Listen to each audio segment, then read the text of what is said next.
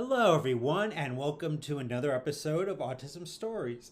I'm your host, Doug Bletcher, the founder of Autism Personal Coach. Autistic people are the true experts of the autistic experience, and Autism Stories is where we interview autistic people to learn from their stories, experiences, and get their insights. If you would like to be notified about each week's episode of Autism Stories, we suggest you subscribe on your favorite podcast listening platform.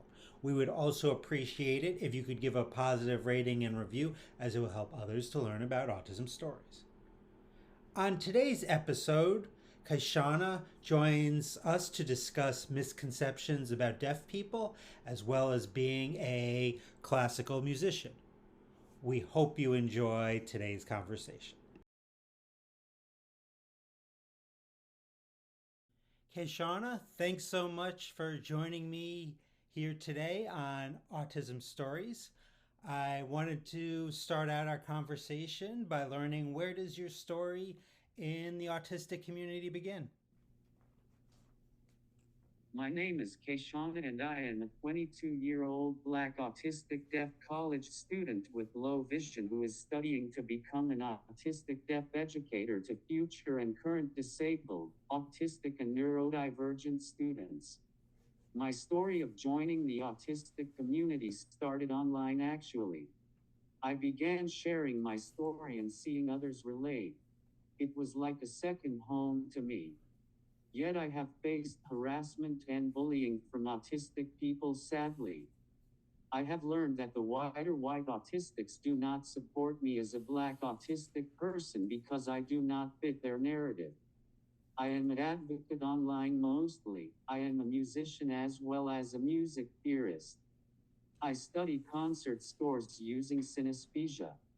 I mostly focus on my schooling for the time being, and I am working on two novels that have main disabled characters as well as multiple disabled characters. You just had mentioned this, but one of your identities is that you are deaf. What are some misconceptions or stereotypes about you as a deaf person that you wish would go away? Misconceptions of deaf people is that hearing people, people who can hear around 100%, use would be that deaf people cannot drive, read, write, understand English, and that is far from the truth. Being deaf does not and should not hinder someone, yet it does because of these stereotypes of what deaf people can and cannot do. This harms the view of deaf people that hearing people have that wish to understand deafness. Another would be sign language. Quite seriously, hearing people often get sign language and Braille mixed up, which is wild to me. Braille and sign language are tactile, yet they are two completely separate things. I just wish hearing people would learn from and respect deaf people as just that. People. You had mentioned earlier that you're a musician, you're a classical musician, and from what I understand, you play the clarinet. How did your love of classical music evolve? The clarinet has been in my life since 7th grade. I started my clarinet journey in middle school and am currently taking a break from it in college. I have always loved classical music since elementary school. I have even done a transcription of a flute trio piece called Bird's Trio for clarinet.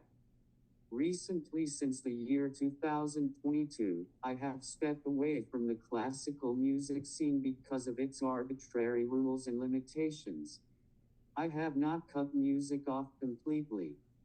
I am exploring other ways that I can access classical music instead of sticking to just performing in a group of which I feel I am not welcome. Having to deal with competing with others who have played longer and dealing with music directors who glossed over my every word and ignored me, I decided to stop following their rules and have dropped my music minor. I have never expected my musical journey to take it this way, but it showed me new ways I can still access and do music.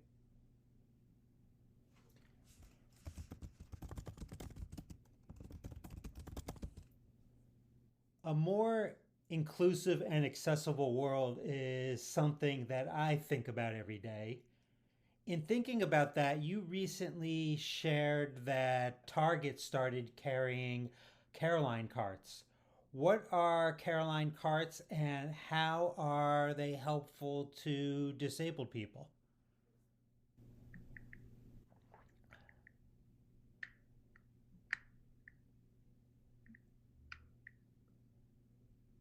Caroline carts are carts that are made for disabled people who cannot walk and need assistance while shopping with their families. They started from a mom who had a disabled daughter and was having trouble getting her wheelchair and the shopping cart and using them both. She got together with the stores and ensured that they used the carts named after her daughter for disabled people to use while with their families. We definitely need those carts in more stores for sure. And then lastly, how can our listeners learn more about you beyond this interview?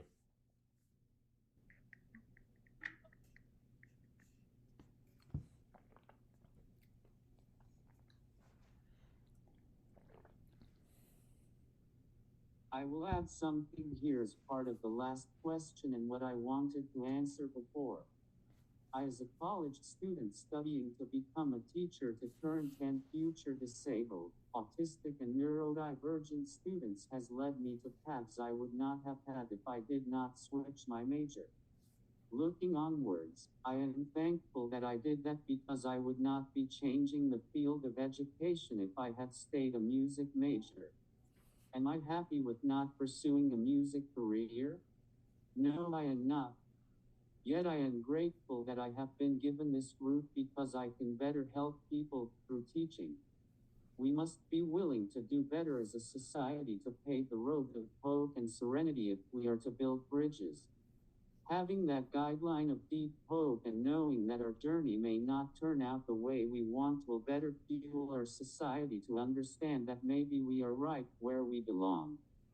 People can learn more from me as I share updates from my life experiences as a Black autistic deaf college student living in a world that is not and was not made for people like myself.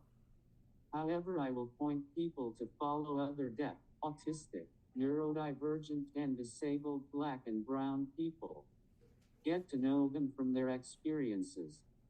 Understand that each disabled, autistic, and neurodivergent person will have varying skills, abilities, and dreams than others like them. Each experience is its own. Basing experiences and comparing them to each other does more harm because it doesn't represent the overall person. And I love that you added that. Okay, Shauna, I really appreciate you coming here on Autism Stories and getting to learn a little bit about you. Thanks so much for joining me today. Thanks so much to Kaishawna for the conversation. To learn more about Kaishawna, please check out the link in the podcast description for this episode. Here at Autism Personal Coach, our clients are the experts, our coaches are the guides. The majority of supports for autistics are not helpful. They try to fix us, not support us. That's why many are confused when we say our clients are the experts, experts of their lived experience.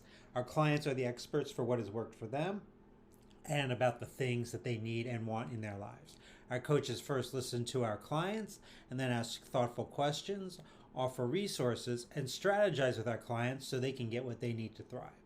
Would you want a guide in your life to coach you to get you the things you desire? If so, then visit autismpersonalcoach.com for more information. I hope you enjoyed this episode of Autism Stories, and if you did, if you could tell a friend, foe, or anyone you know about it so they could have the same enjoyable and educational experience as you when listening to Autism Stories, it would be very much appreciated. Until next time, I'm Doug Bletcher of Autism Personal Coach. Talk to you then.